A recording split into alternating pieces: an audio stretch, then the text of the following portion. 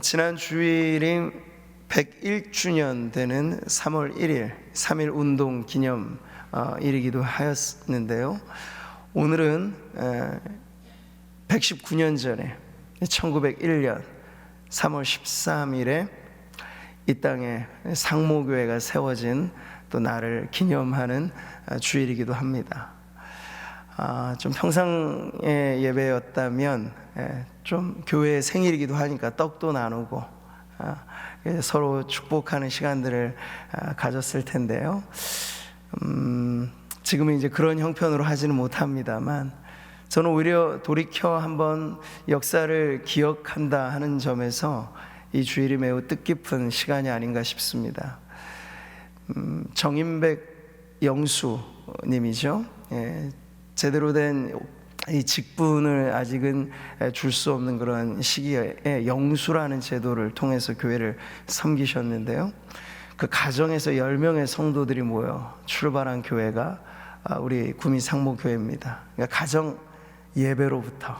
가정 예배로부터 시작됐다는 것이 우리들에게 얼마나 또 큰 믿음의 교훈이 되는 줄 모릅니다. 지금 가정에서 예배드리는 성도님들 안에 우리 구미 상모교회에 대한 뿌리 의식이 오늘 이 주일을 통해서 다시 한번 되새겨졌으면 좋겠어요. 우리가 지금에야 규모 있는 교회로 이렇게 성장해서 우뚝 서 있지만 첫 시작은 그렇게 미약하였지만 아주 순수했고, 그 복음의 뼈대에 있는 신앙을 줄곧 이어오는 동안 얼마나 많은 사실 파란이 있었습니까? 동난을 겪었고 여러 많은 먹을 것 하나 없었던 그러한 보릿고개를 지나오면서도 이 교회는 건재하여 오늘에 이르게 되었습니다. 그러니 지금 우리가 지나가고 있는 이 어려움의 때도 믿음으로 능히 극복하며 더욱더 견고하게 세워지리라 믿습니다. 여러분, 대나무가 모진 바람에도 쓰러져 꺾이지 않는 이유가 있어요. 대나무는 그 속이 비었고 마디마디가 형성되어 올곧게 자라가기 때문입니다. 저는 우리 교회가 119년을 지나오면서 앞으로 복음이 이끌고 비전이 이끄는 교회로 더 성장해 갈 때 대나무 숲을 이루는 그런 교회가 될 것을 소망합니다. 대나무를 닮은 신앙처럼 속을 더욱더 겸허하게 비우고, 그리고 어려움의 시절을 마디를 형성하는 기회로 삼아서 우리가 더 자라가게 된다면 하나님께서 우리를 통해 복음의 숲을 이루는, 하나님 나라의 원대한 비전을 이루는 그런 교회로 세워주실 줄 믿습니다. 오늘 함께 이렇게 예배하는 우리 모든 성도님들 안에 그 신앙의 뿌리가 더 견고하여져서 오늘 함께 말씀을 나누는 제목처럼 환난 중에도 즐거워하는 성도들로 살아가시기를 주님의 이름으로 축복합니다. 자, 오늘 우리가 말씀을 나눌 때 이 본문의 문맥적인 배경은 5장 1절에 시작하고 있습니다. 우리 1절의 말씀을 다 같이 읽어보죠. 그러므로 우리가 믿음으로 의롭다 하심을 받았으니 우리 주 예수 그리스도로 말미암아 하나님과 화평을 누리자. 이 한 구절의 말씀이 로마서의 아주 핵심을 담고 있는 구절이기도 하죠. 이신득의라, 믿음으로 말미암아 의롭다함을 얻었다 하는 뜻이에요. 이 구원의 진리가 그 중심에 예수 그리스도로 말미암아 이루어진 것을 가르쳐주는 내용이죠. 그래서 구원 얻는 믿음이란 다름 아닌 예수 그리스도를 붙잡는 믿음이고, 그런 믿음으로 살 때 성도들은 복을 누리는데 어떤 복을 누릴까요? 하나님과 화평케 되는 복을 누립니다. 그게 이제 즐거움의 원천인데요. 자, 오늘 본문은 이 선언으로부터 시작하는 복음의 진리로 출발할 때 누구도 무엇도 흔들 수 없는 이 확실한 구원이 이제 특별한 상황에 어떻게 적용되느냐를 보여주는 거죠. 그 특별한 상황이란 바로 환난의 때를 가리킵니다. 현실의 성도들의 삶은 핑크빛의 낭만과는 거리가 먼 그런 아주 참혹한 현실일 때가 많죠. 초대교회는 더욱이 그랬습니다. 그런데 현실의 경험으로서의 이 환난이라고 하는 특별한 상황에도 복음의 진리는 적용된다. 복음의 진리는 여기서 이 말하고 저기서 저 말하는 그런 게 아니에요. 언제나 변함없이 적용되어질 수 있는 그 진리가 환난 가운데도 역사하는 하나님의 능력을 보여준다는 것을 가르쳐 주죠. 다만 이뿐 아니라, 그러니까 평상시 때뿐만 아니라는 거야. 우리가 환난 중에도 즐거워하나니라고 말씀하고 있는 거죠. 지금은 모두가 경험하듯 비상의 시기를 살고 있습니다. 비상의 때는 정신을 차리기가 쉽지 않은 때죠. 그런데 이럴 때일수록 우리 성도들은 무엇을 붙잡아야 할까요? 복음의 진리를 붙잡아야 하겠습니다.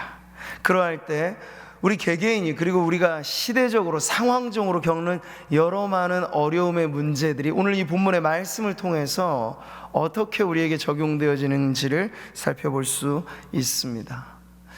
사실 고통이라고 하는 것은 인류 역사에 점철된 기록이기도 하고요, 현재 우리가 경험하는 문제이기도 합니다. 유토피아를 꿈꾸지만 사실은 그것과의 정반대의 여전한 신라곤의 경험을 이 세상이 하고 있죠. 개인이나 집단이나 혹은 나라 전체를 걸쳐서 뼈아픈 고통의 역사가 이어지고 있는 것입니다. 근데 거기에 더하여 성도들은요, 믿기 때문에 경험하게 되는 환난도 있습니다. 믿기 때문에 받는 세상으로부터의 핍박과 조롱이 있습니다. 불평등이 있고 어려움이 있습니다. 근데 여러분, 이것을 이상한 일 당하는 것처럼 여기지 말 것은 우리 예수님께서 이렇게 말씀하셨기 때문이에요. 다 같이 한번 읽어볼까요? 사람들이 나를 박해하였은즉 너희도 박해할 것이요. 네, 스승이, 제자는 그 스승보다 나을 수는 없겠죠. 근데 우리의 믿음의 스승 되시는 예수님께서 세상이 나를 박해하였으니 너희도 박해할 것이다. 주님이 고난받는 메시아, 고난당한 종으로 사셨으니 우리가 주님 이상으로 살 수는 없을 것 아니에요.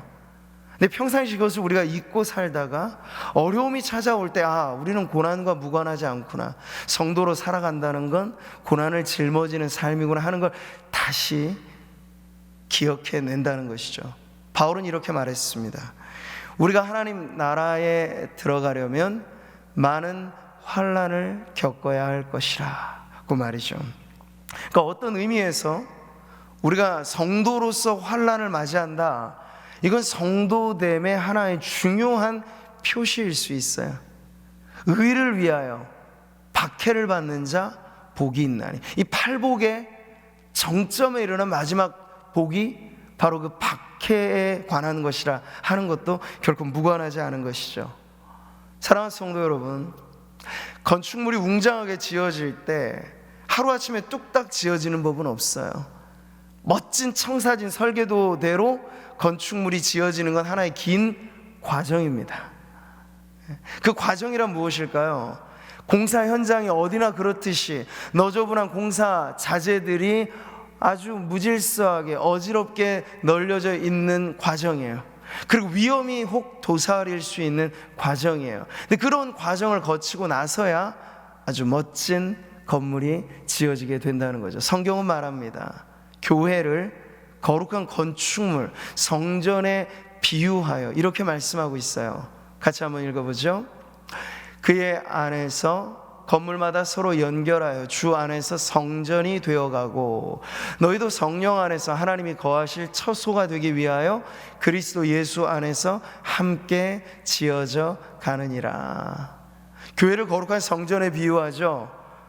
그런데 여기에 특징은 뭐냐면 완공된 상태라고 말하지 않아요. 함께 지어져 가고 있다고. 지금 우리는 그 과정에 있다는 거죠. 근데 지어져 가고 있으니 건축의 과정에 있는 그 시간이겠지만 어수선함, 무질서 혹은 위험, 그것이 교회라고 하는 건축물 안에도 그 과정에 담겨 있다는 거예요. 이게 바로 환난을 통과하는 성도들의 경험을 이야기하는 거죠. 지금 우리는 피할 수 없는 재난의 현장에 있습니다. 성도들만, 우리 교회만의 문제가 아니고 온 국민이, 온 나라가, 모든 교회들이 지금 동반한 문제에 속해 있죠. 자, 근데 저는 오늘 말씀을 우리가 묵상하고 함께 나눌 때 지금까지 코로나19의 문제를 세상은 병리적인 관점, 이 전염병이 어떻게 확산되고 어떻게 막느냐에 대한 질병적인 관점으로만 봅니다. 이것이 파장을 일으키는 사회적인 문제 혹은 정치적인 문제의 입장에서 많은 이야기들이 나옵니다. 그런데 교회는 그 안에 한층 더 담겨져 있는 의미에 대해서 바라보아야 할 것입니다. 그게 뭘까요?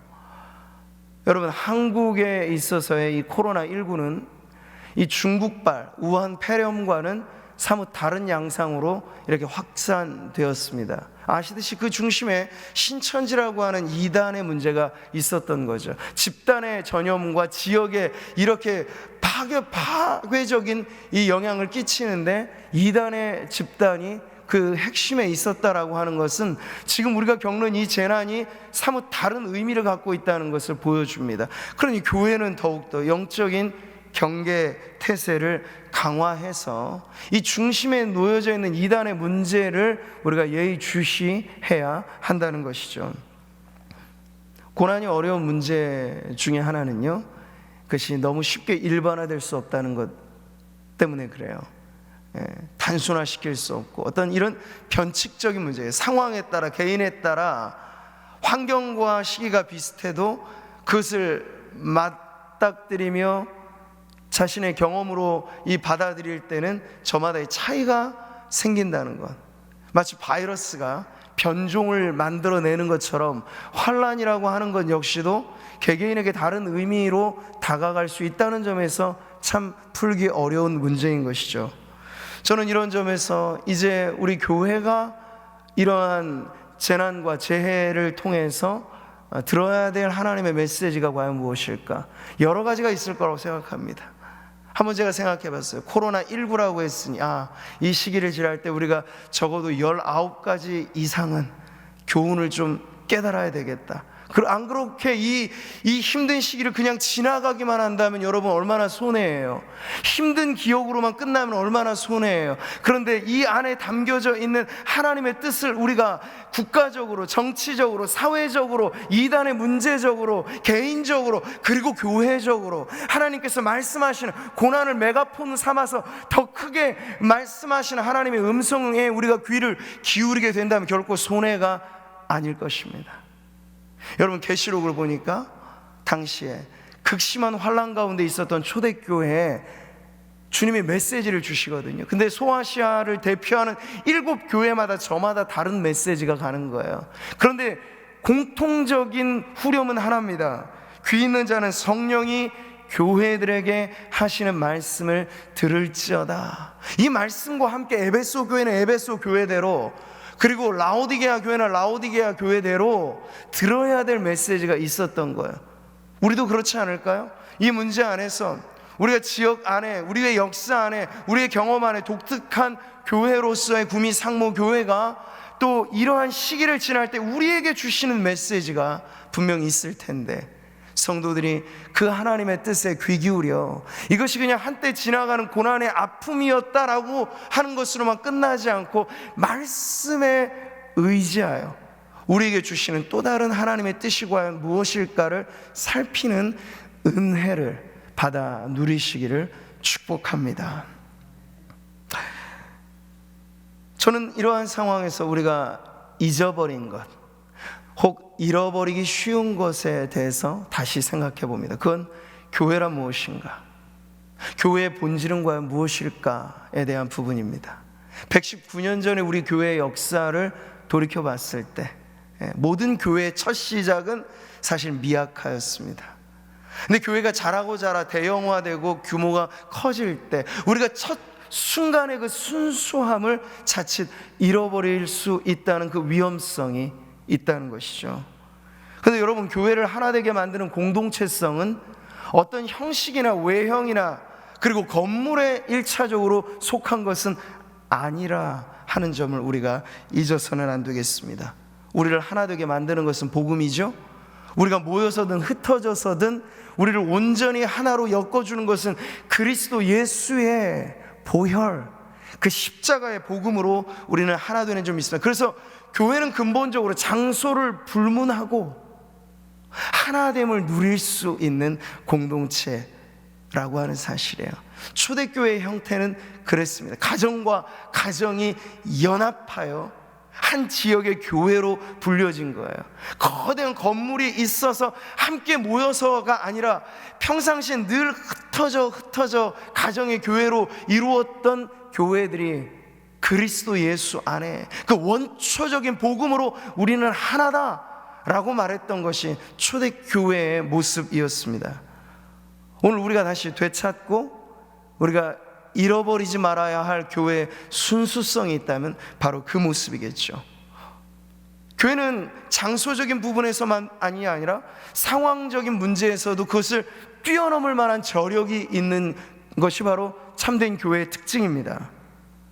여러분, 초대교회에 부딪혀온 환란이 매우 극심했습니다. 근데 그러한 재난의 문제를 돌파하면서 그들이 어떻게 반응하였는지를 한번 보십시오. 같이 한번 읽어볼까요?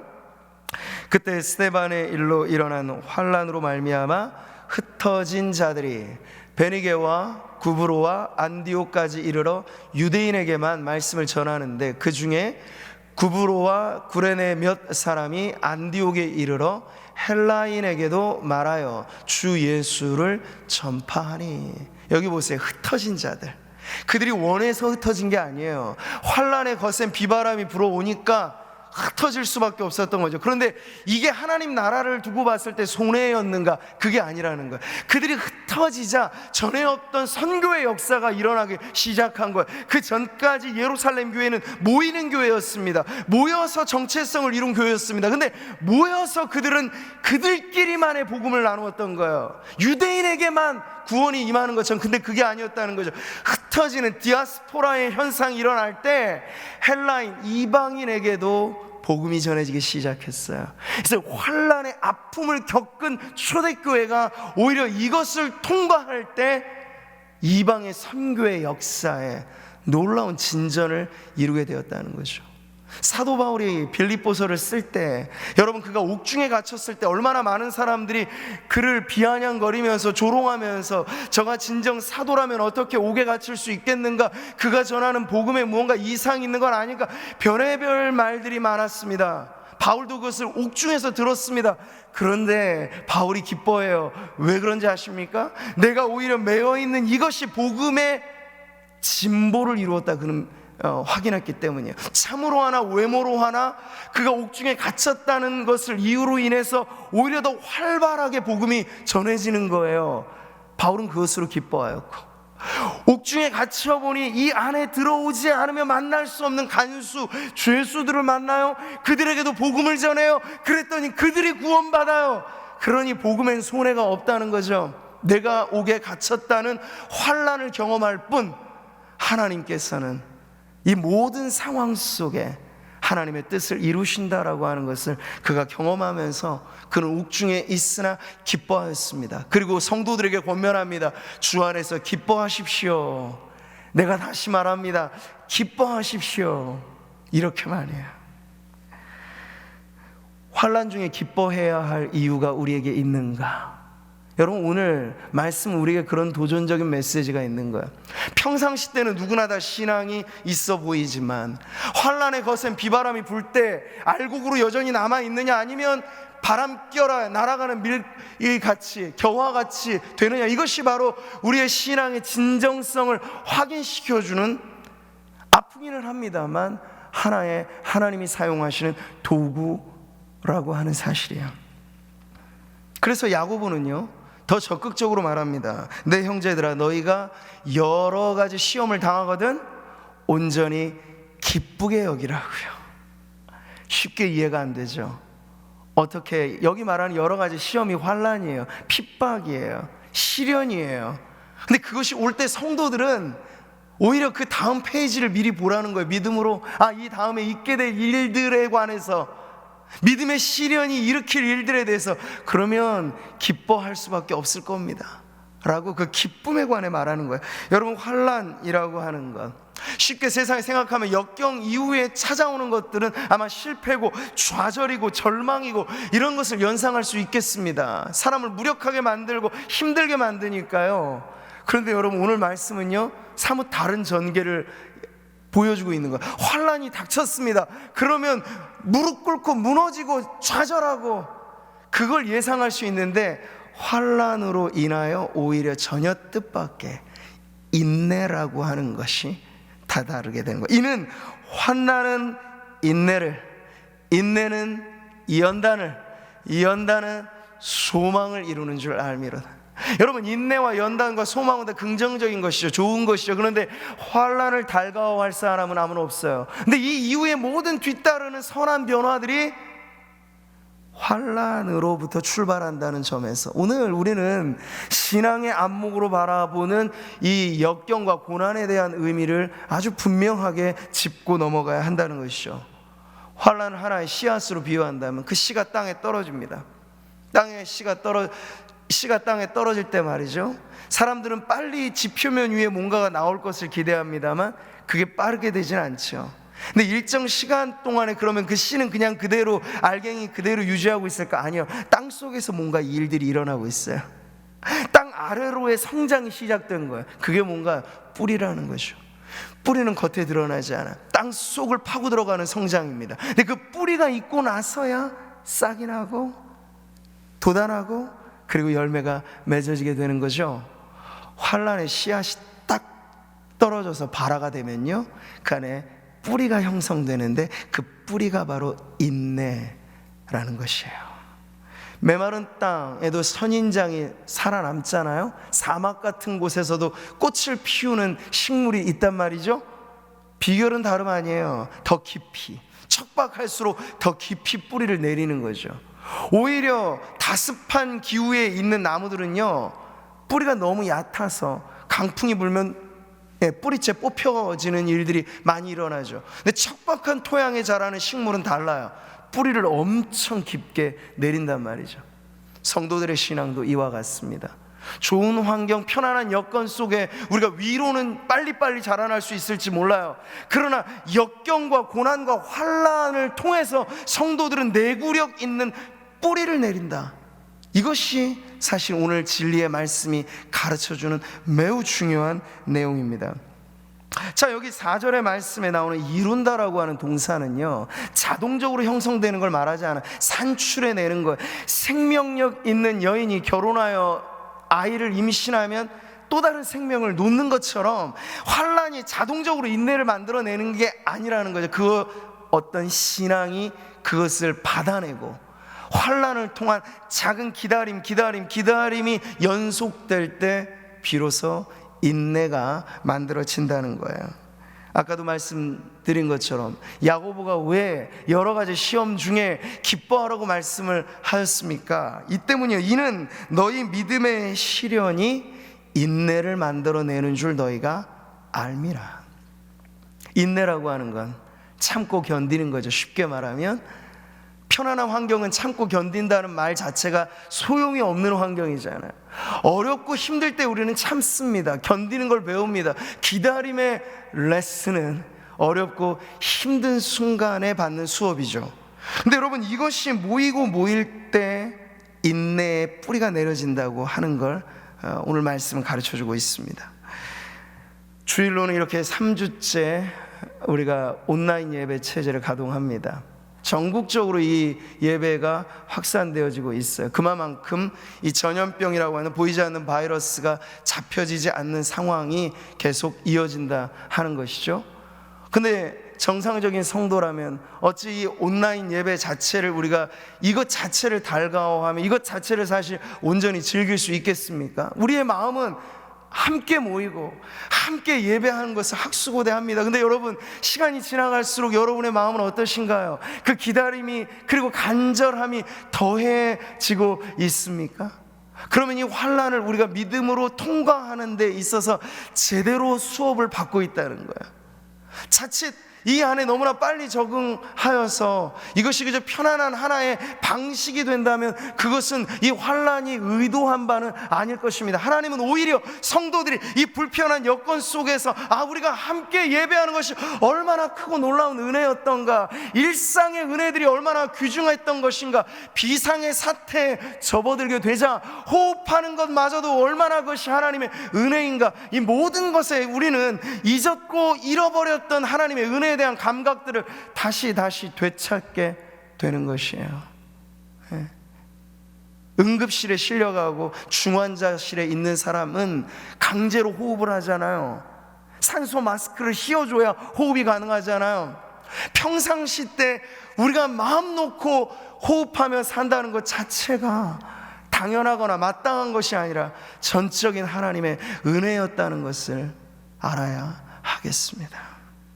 사랑하는 성도 여러분, 그저 마냥 기다린다고 인내의 뿌리가 내려지는 것 아닙니다. 기도하면서, 기다리면서, 기도하면서, 기대하면서, 그것을 여러분 포기하지 않을 때 우리는 이 기다림의 끝에 인내의 열매를 맺게 하시는 하나님의 축복을 누리게 될 줄 믿습니다. 혹자는 말하기를, 인내란 어떤 순간에도 하나님께 최후 통첩을 하지 않는 것, 끝까지 그의 처분을 기다리는 것이라 말하였습니다. 아주 의미심장한 표현이에요. 근데 우리가 사실은 자주자주 하나님 앞에 통첩을 보내며, 최후 통첩, 하나님 정말 이러십니까? 제가 여기까지는 견뎌냈지만 이제 더 이상은 어렵습니다. 하나님 정말 이러시면 직분이고 뭐고 제가 하나님 앞에 서원했던 것 다 내려놓을 작정입니다. 이게 최후 통첩을 하는 거예요. 어려움의 반대급부로 우리가 백기를 투항을 하면서, 하나님 이제 저는 더 이상 못 버티겠습니다. 이게 바로 하나님 앞에 하나님이 결론을 내리시기 전에 우리가 먼저 결론을 내리는 것, 그건 기다림의 포기를 의미하는 것이죠. 한두 번 기다려보는 건 누구나 할 수 있겠습니다만, 인내의 뿌리가 내려지는 기다림이란 끝까지 버티고 견디는 것이죠. 왜 많은 경우에 인내의 열매까지를 맺지 못할까? 왜 많은 경우에 기도의 응답의 생생한 체험이 우리에게 없을까 보면 그 마지막 선까지의 기다림을 이어가지 못하기 때문이에요. 내가 여호와를 기다리고 기다렸더니, 한 번의 기다림을 말하는 것 아니죠.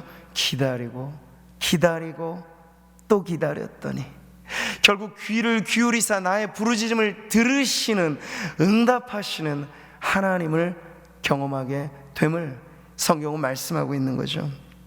사랑하는 성도 여러분, 이러한 인내의 뿌리가 내려질 때 그 다음의 단계로 접어들게 됩니다.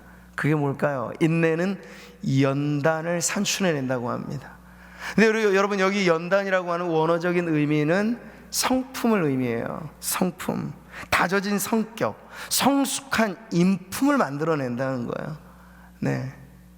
여러분, 성격이 하루아침에 형성되는 게 아니죠. 세월에 다져진 자기의 모습입니다, 성격은. 근데 신앙의 인격도 하루아침에 만들어지진 않아요. 네. 이 다져진 성품이라고 하는 건 신참과 고참의 차이라고도 말할 수 있겠어요. 신앙에 갓 입문한 성도와 오랜 관록에 젖어든 성도의 차이는 뭘까요? 신참과 고참의 차이죠. 어떤 일을 맞닥뜨릴 때 그 일에 익숙한 고참은 침착할 줄 알아요. 너무 다급해하지 마, 당황하지 마, 이런 일들이 분명히 있고 이 다음에 이런 일들이 또 일어나니까 너무 걱정하지 마. 그 고참에 침착한 연륜이 있다는 거죠. 인내를 통과하여 다져진 성품으로서의 연단 안에 바로 그런 것이 새겨지게 된다는 거예요. 고품격의 신앙의 인격으로 나아가게 된다는 것이죠. 사랑하는 성도 여러분, 하나님께서 우리에게 허용적인 차원에서 이 환난을 우리에게 주실 때 말이죠, 그 환난이 인내와 만나 하나님이 의도하시는 바는 너무나 분명해요. 이것을 통해서 우리가 성숙한 인격으로 자라가라는 뜻이 있는 것이죠. 내가 그리스도와 그 부활의 권능과 그 고난의 참여함을 알고자 하여 그의 죽으심을 본받아. 바울의 인생 최대의 목표는 세계 복음화 아니요, 그거보다 더 간절한 그의 소망은 그리스도를 닮아가는 것입니다. 그게 인생의 좌우명이에요. 근데 그리스도를 닮아간다는 최후의 결승 지점에는 부활의 권능, 부활의 영광이 있겠죠. 근데 과정상 그 부활의 영광에 이르기 위해서 고난의 십자가가 반드시 있어야 한다는 걸 그는 알았던 거예요. 그래서 순서로 말하자면 그의 죽으심을 본받는 게 먼저고, 그러고 나서 부활의 권능에 동참할 수 있다라는 거예요. 우리 예수님도 이 절차를 어기진 않으셨죠? 무엇이든 가능하신 하나님이신데 이 절차를 어기지 않으셨다는 거예요. 고난을 통과해서 영광에 이르는 절차를 말이죠. 바울이 이 비밀을 알았기 때문에 그는 사도로서 자신이 교회를 위하여 감내해야 할 여러 많은 고통에 관해서, 그리고 환난과 역경에 대해서 오히려 적극적으로 수렴하는 그런 입장을 취합니다. 나는 이제 너희를 위하여 받는 괴로움을 기뻐하고 그리스도의 남은 고난을 그의 몸된 교회를 위하여 내 육체에 채우노라. 기뻐하고 채우노라. 무엇을요? 고난을, 역경을. 이 신앙의 비밀을 아는 자만이 사실 고백할 수 있는 것 아니겠습니까? 그냥 고난은 고통이다, 환난은 어려움이다, 끝. 그러면 여러분 이런 고백은 할 수 없는 거예요. 그런데 고난 그 뒤편에, 환난 그 너머에 있는 하나님의 섭리가 환난은 인내를, 인내는 연단을 만들어내는 또 다른 차원의 하나님의 역사를 알게 될 때 적극적으로 수렴하는 거예요. 뒷걸음질 치지 않고, 내가 의도하여 만들어내지 않은 환난이 우리에게 찾아올 때 죄로 인하여 맞는 문제가 아니라면 우리는 오히려 우리가 다 이해할 수 없어도 우리에게 찾아오는 역경의 순간 믿음을 발휘해야 됩니다. 아, 하나님께서 이 고난의 시간을 통과할 때 우리에게 원하시는 것, 인내와 연단된 믿음으로 더 순수한 신앙을 이루라, 하나님의 뜻이구나 믿고 그렇게 전진하는 믿음의 고백이 우리 안에 있어야 할 줄 믿습니다. 지금 우리가 자발적으로 자원하여서 혹은 역동적으로 무언가 하기가 어려운 시절입니다. 발이 묶여 있다고나 할까요? 그러한 상황입니다만, 이러한 상황 속에서도 여러분 변함없이 확고한 진리는 이것이죠. 우리가 알거니와 하나님을 사랑하는 자 곧 그의 뜻대로 부르심을 입은 자들에게는 모든 것이 합력하여 선을 이루느니라. 이 모든 것 안에 지금 우리의 현실이 있고, 이 모든 것 안에 지금 우리의 환난이 있고, 이 모든 것 안에 지금 우리가 겪고 있는 어려움들이 있습니다. 하나님은 결코 손해보는 일을 하지 않으시니까. 하나님의 계획에는, 하나님의 역사에는 우연은 없습니다. 우리에게 받아들여지는 일들이 때론 우연처럼 여겨질 뿐이죠. 근데 하나님은 이 모든 것이 하나님의 뜻에 조합하도록 만들어내실 수 있는 지혜가 있고 능력이 있고, 그래서 그 결국에 하나님이 만드시는 작품은 포이에메라 말하는 걸작이 되는 거예요. 교회를 단련하신 후에 순금같이 만드시는 하나님의 능숙한 솜씨로 하나님은 환난마저도 재료로 쓰셔서 이것을 통하여 연단된 믿음을 만들어 내시는 것이죠. 그러니 우리는 알아야 합니다. 형통한 날에는 기뻐하고 곤고한 날에는 되돌아보아라. 이 안에 담겨져 있는 뜻을 말이죠. 인생 어디 기쁜 날만 있겠습니까? 곤고한 날이 찾아옵니다. 개인뿐만 아니라 집단, 사회, 교회에게도. 근데 우리는 곤고한 날을 맞닥뜨릴 때 지금 무엇을 해야 할까요? 네, 돌아보아야 합니다. 우리의 시초에 관하여 작게 시작한 우리 교회가 어찌 이 자리에 이르렀던가. 하나님의 은혜였구나. 아, 하나님의 역사였구나. 그러니 지금도 우리 된 것은 하나님의 은혜이구나. 돌아보라는 거예요. 자랑할 건 우리에게 없고 하나님에게만 있음을 돌아보라는 거예요. 여러분, 우리 자신이 나를 근거로 할 살만한 인생인가? 작은 눈에 보이지 않는 바이러스 하나에도 옴짝달싹 할 수 없는 인생이 자랑할 것이란 과연 무엇일까? 돌아보라는 거예요. 우리의 연약함, 근본 나는 진토임을 돌아보라는 거예요. 하나님 아니면 살 수 없는 인생을 깨달으라는 거예요. 자랑하지 말라는 거예요. 오만하지 말라는 거예요. 겸손하라는 거예요. 대나무처럼 우리 속을 비워내라는 거예요. 모든 자랑, 모든 나의 업적들 비워내고 이 안을 은혜로만 채울 수 있다면, 여러분, 이 시기를 우리가 잘 보내고 있는 것이겠죠. 오직 하나, 그리스도를 닮아가는 것에 목표를 맞춘 그리스도인에게도 결코 손해될 날은 한 날도 없음을 믿으시기 바랍니다.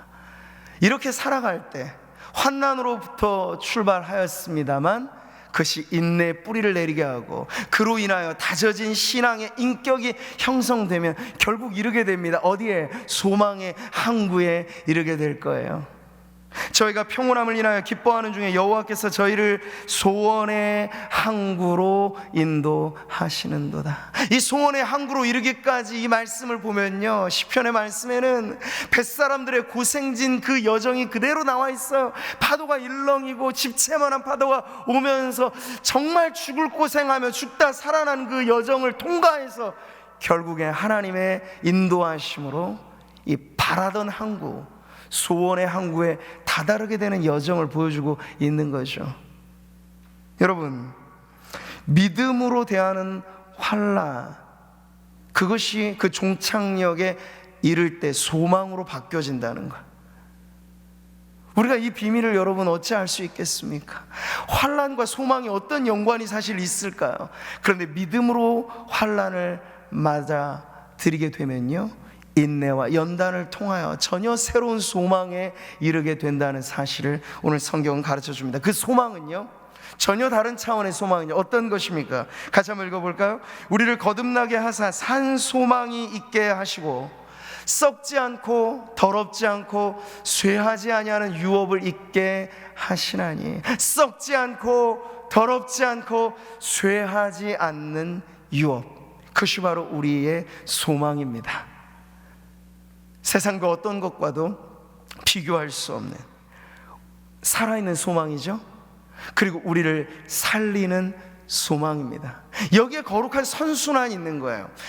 환난으로부터 인내, 인내로부터 연단, 연단으로부터 소망에 이르죠. 그 다음엔요, 소망이 우리를 끌어가는 거예요. 환난의 순간 다시 한번 잊지 말라고 소망이 우리를 살려내는 겁니다.